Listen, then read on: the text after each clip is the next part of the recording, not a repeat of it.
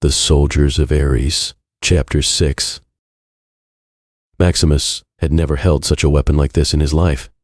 The thing was humming slightly, and when he held it, he just knew that it could do some damage. With newfound confidence, he charged at the manticore. He aimed for one of the back legs, and as he slashed, he expected to cut off the entire leg. But sadly, things didn't exactly go according to plan. And even though the blade made a huge slash in the armor, it wasn't quite enough to slow it down. Never mind cutting the entire foot off. What it did manage to do was get the manticore's attention, and it turned to bare its bloody teeth at Maximus. Its roar alone pushed him back a few steps. Rex tried to help, but he was in no shape to even get up, much less try to take on a manticore. He managed to land his hammer onto one of its knees, but a casual swat with the manticore's tail sent him flying. Soon, he was on the ground, unconscious. Maximus was still able to dodge its shots. With its size, the claws were much slower than Maximus. The tail, on the other hand, moved like a whip.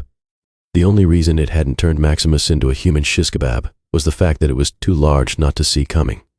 But he knew it would end soon. He could feel his body tiring. Also, the manticore had pushed him into a corner. Maximus couldn't run anymore, he just didn't have the energy. He was down on one knee, and he stared up to see the manticore's tail aimed right at him. He knew he couldn't dodge it this time. He knew this time it would kill him. Only a miracle could save him now. And the miracle came in the form of a blue slash.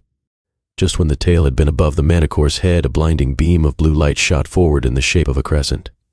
The tail was slashed right off, and the acid like poison started spilling everywhere, and most of it was landing on the manticore itself. Maximus ran for cover from the rain of poison that was spilling around him. The manticore started to roar again, only this time it was in pain. It began scrambling around, confused, trying to find what had brought it such pain. And then it found him, because walking towards the now tailless manticore was the hooded man, and in his hand was his sword, but this time it was significantly bluer. There was a blue energy surrounding the blade, but unlike Max's sword, which merely had energy around it, this one was enveloped in it. It was almost as if the entire blade was covered in an enormous blue flame. Only the hilt of the blade was spared. Maximus knew now from where the crescent-shaped blast had come. But now, what he really wanted to know was what kind of monster that man was. The man charged at the manticore, but even without its tail, the manticore was still a fearsome beast. It tried to slash the man with its front claw. The man, instead of dodging it, decided to block it, which would have been impossible with an ordinary sword. But the man not only blocked the claw, but he also thrust his blade further. Soon the claw lay beside him on the ground. Another roar of pain came from the monster. In its struggle, some of the acid spewing from its tail landed on the man's cloak, and it began to burn it away.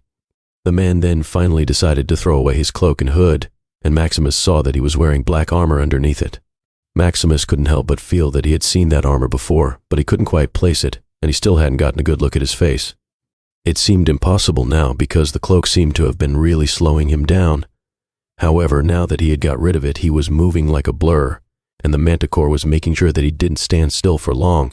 But the man easily dodged and blocked all of the monster's attacks.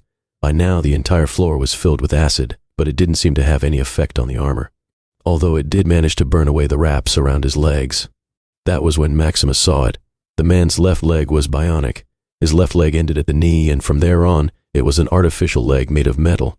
That's when it hit Maximus, and suddenly he knew why the armor looked so familiar, the armor that did not cover the left leg. But that's impossible, Maximus thought to himself. He was supposed to be dead. The man had finally found an opening with the manticore. When the beast tried to take a bite out of him, the man ducked under its head and was now below the manticore's stomach. Maximus realized what he was doing. The underbelly of the manticore had no armor. It was its weak spot. Right then, the man thrust his sword upward into the beast's belly and with a final slash ripped a gaping hole in its stomach. Blood spewed from the wound, and the manticore was dead before its body hit the ground. For a moment, Maximus thought that the man was trapped under the corpse, but then he saw the man walking up to him, putting away his now normal-looking sword. He came right up to Maximus and said, "Just because you get a powerful weapon does not mean you know how to use it, kid." Maximus was trembling now worse than when he had seen the manticore. After all, Achilles had just called him kid.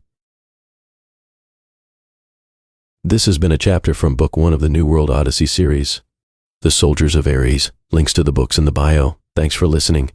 If you enjoyed this chapter, don't forget to like, share, comment, and subscribe for more. Hit the notification bell so you never miss an upload. See you in the next chapter.